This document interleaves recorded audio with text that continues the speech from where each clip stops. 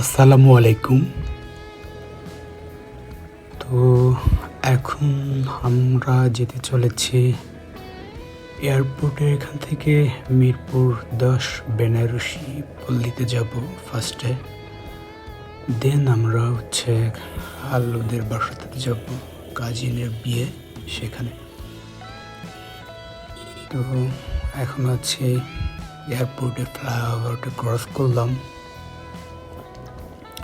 ভিডিওটা অনেকটা ফাস্ট করে দিয়েছি, কেননা ভিডিওটা অনেক লং হয়ে যাবে। আর আমার ভিডিওগুলোর মধ্যে অতটা থাকে না, মজা থাকে না, একঘেয়েমি লেগে যায়। বড় ভিডিও হলে অনেকেই দেখতে চায় না, স্কিপ করে যায়। দ্যাটস ওয়াই আমি ভিডিওটা একটু স্পিড বাড়িয়ে দিয়েছি। দেখতেই পাচ্ছেন ভর দুপুরবেলা রাস্তাটা বেশ ফাঁকা আছে।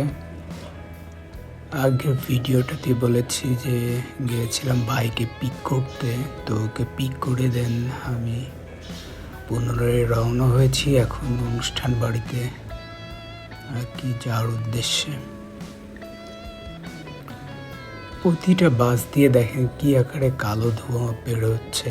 এটা আসলে আমাদের শরীরের জন্য অনেকটা ক্ষতিকর, বাট এই বাসগুলো এখনো রুটে চলছে। শুধু রং চং মাখিয়ে এদেরকে সাজিয়ে গুছিয়ে আমাদের সামনে উপস্থাপন করা হয়েছে, বাট এই গাড়িগুলোর মধ্যে কিছুই নেই সত্যিকার অর্থেই। অধিকাংশ গাড়িগুলোই একেবারেই বাদ হয়ে গেছে, সেই গাড়িগুলো রাস্তাতে চলছে। কথা বলতে বলতে খিলক্ষেত চলে আসলাম।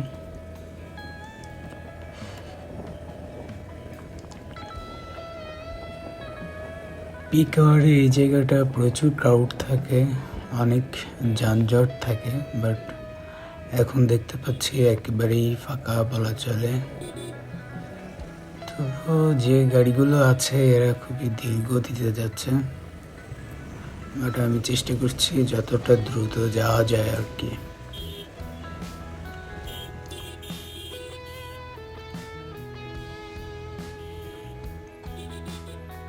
অলরেডি এখন খিলক্ষেত ক্রস করে যাচ্ছি।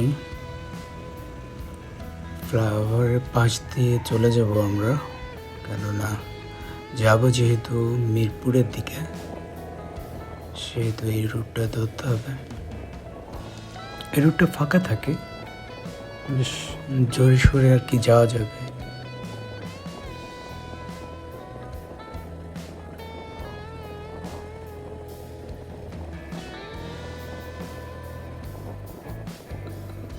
দেখতেই পাচ্ছেন এই রুটটা বেশ ফাঁকা, বাট রাস্তার সাইডে অনেক বাস দাঁড়িয়ে আছে যাত্রী নেওয়ার জন্য।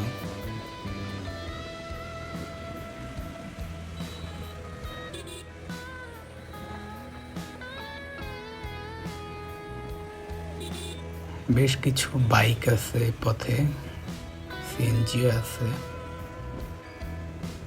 এই তো ভর দুপুরবেলার কত গাড়ি থাকবে রাস্তাতে। এখান থেকে একটু গাড়ির সংখ্যা বেশি। এই গাড়িগুলো দিয়ে দেখেন কি পরিমাণ কালো ধোঁয়া ছাড়ছে। আসলে এটা খুবই বিরক্তিকর, আমার কাছে তো খুবই বোরিং লাগে।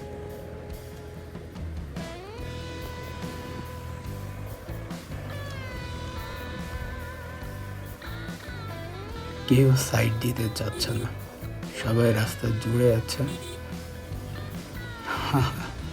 ঢাকা সিটিতে এটা একটা অনেক বড় প্রবলেম, কেউই কাউকে সাইড দিতে চায় না, সবাই আগে যাওয়ার জন্য চেষ্টা করে। রেডিসন ক্রস করলাম, সামনে থেকে আমাকে বায়ে ফ্লাইওভার ধরতে হবে, মিরপুরের দিকে যাবো যেহেতু। বাম সাইডের এই ফ্লাইওভারটার অবস্থাও খুবই করুণ, এটা খুব একটা ভালো অবস্থাতে নেই। এটাও জায়গায় জায়গায় চটে গেছে, হালকা কিছু পুটিং করলে রাস্তাটা ঠিক হয়ে যাবে। ছুটে চলেছি রাস্তা ধরে আত্মীয় বাসাতে বিয়ে অনুষ্ঠান অ্যাটেন্ড করতে। জানি না সামনে কি অবস্থা হবে।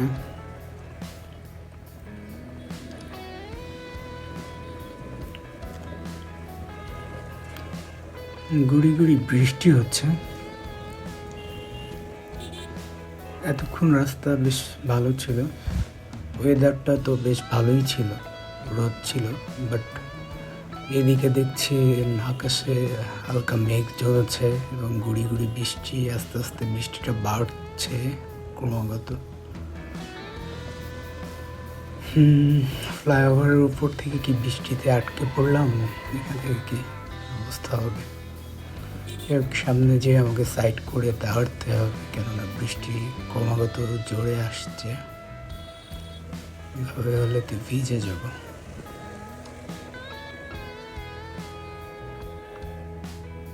বাইকে ট্রাভেল করার একটা খুবই কষ্টকর ব্যাপার, যে বৃষ্টি হলে আটকা পড়তে হয় রাস্তার মধ্যে।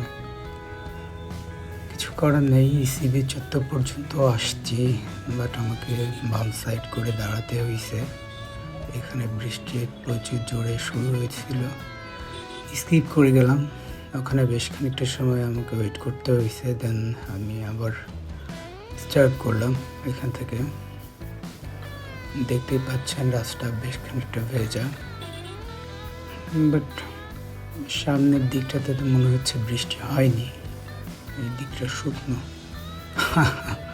আমরা যেখানে ছিলাম ওই জায়গাটাতেই বৃষ্টি হচ্ছিল, বাট সামনের দিকটাতে একেবারেই বৃষ্টি হয়নি, পুরোপুরি শুকনো।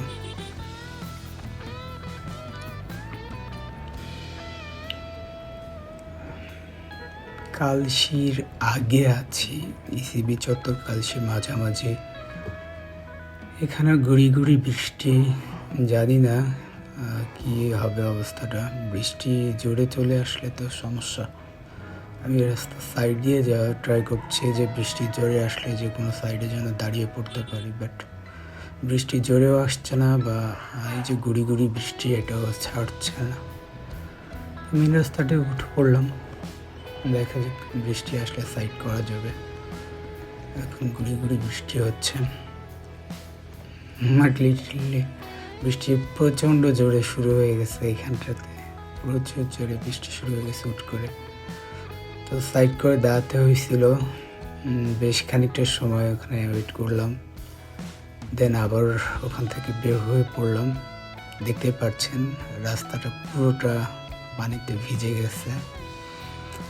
আমাকে অনেকটা সাবধানের সাথে বাইক ড্রাইভ করতে হচ্ছে, কেননা প্রতিটা গাড়ির চাকা থেকে পিছন দিকে পানি ছিটতেছে, যেটা গায়ে লাগার সম্ভাবনা থাকে। এগুলো দেখে অনেকটা আস্তে ধীরে আর কি যাইতে হচ্ছে।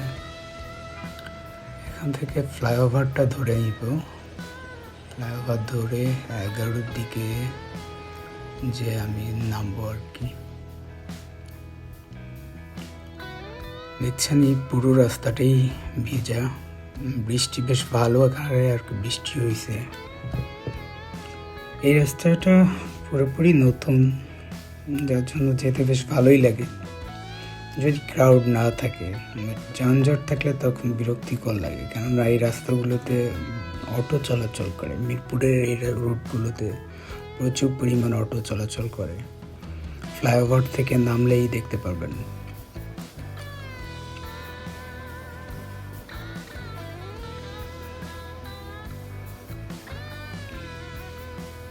ফ্লাইওভার থেকে নেমেই পড়লাম প্রায়। আমরা যাব মূলত দোয়ারিপাড়াতে 11:30, বাট তার আগে যেতে হবে বেনারসি কুটিরে, যেহেতু একটা অনুষ্ঠান বাড়ি যাব, অবশ্যই গিফট নেওয়ার ব্যাপার স্যাপার আছে।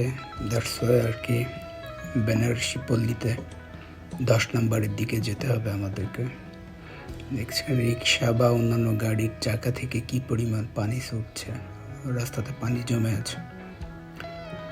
বেশ প্রচণ্ড জোরে বৃষ্টি হয়েছে, যতটুকু সময় হয়েছে বেশ ভালো বৃষ্টি হয়েছে আর কি।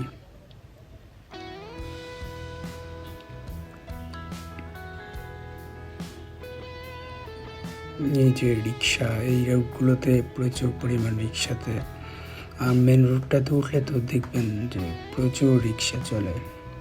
রিক্সার জন্য, আর রিক্সা অ্যান্ড বাস, এই দুইটার জন্য এই রুট দিয়ে চলাচল করা খুব কষ্ট হয়ে যায়।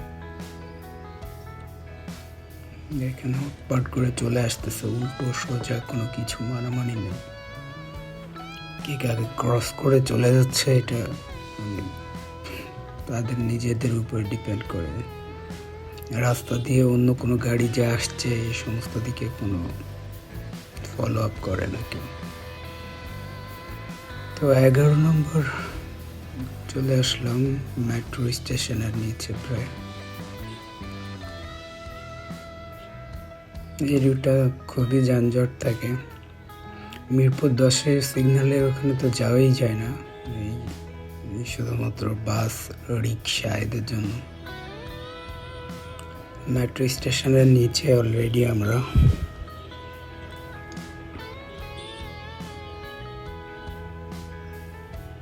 এখানে দুইটা নাকি বেনারসি পল্লী আছে, মিরপুর 11-তে এবং 10-এ। আমরা বেশ কয়েকজনকে জিজ্ঞাসা করলাম, রাস্তা ভুল করেছিলাম, ভিতরের দিকে ঢুকে গিয়েছিলাম। পরবর্তীতে কয়েকজনকে জিজ্ঞাসা করে দেন আবার মেন রোডটাতে আসছি। তো এখান থেকে একটু আগানোর পরে বাম সাইডে একটা ট্রাফিক আঙ্কেলকে জিজ্ঞাসা করলাম, তো উনি বললো হ্যাঁ এদিকে গেলেই বেনারসি কুঠি বা বেনারসি পল্লী। সো আমরা এই রুটটা ধরে ঢুকে পড়লাম, রাইট। আমরা সঠিক রাস্তাতে এসেছি, সামনে যেটা দেখা যাচ্ছে এটাই বেনারসি পল্লী। এখানে ঢুকে আমরা বাম সাইডের এই শপটাতে